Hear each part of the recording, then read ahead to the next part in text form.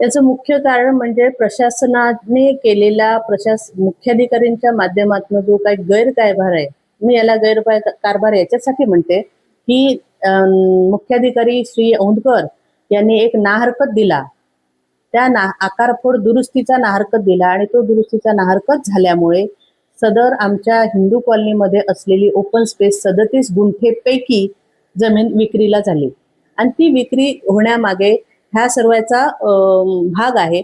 म्हणून मी त्यांच्या विरुद्ध आंदोलन केलं, त्यांच्याबाबत निवेदन दिलं. हे सगळं करूनही माननीय जिल्हाधिकारी मॅडमना भेटले, हे सगळं करूनही त्याच्यावर कुठलाही उपाय मिळाला नाही.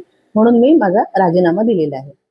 मी नगरसेवक पदाचा राजीनामा आज 21 तारखेला दिलाय. माझ्या पक्षाच्या जिल्हाध्यक्षांनीही मला सांगितलं किंवा माझे अनेक सहकारी पण मला म्हणाले की मॅडम थांबा. पण काय झालं, ज्या सभागृहात सत्यासाठी एखादा गोष्ट मांडली त्या सभागृहात आम्ही युतीमध्ये आहोत, माझे सहकारी जर मला जाणून बुजून विरोध करत असतील तर मला ते योग्य वाटलं नाही किंवा त्यांच्यासोबत तिथे बसणं मला शक्य होणार नाही असं वाटलं. त्याच्यामुळे मी माझ्या नगरसेवक पदाचा राजीनामा दिला.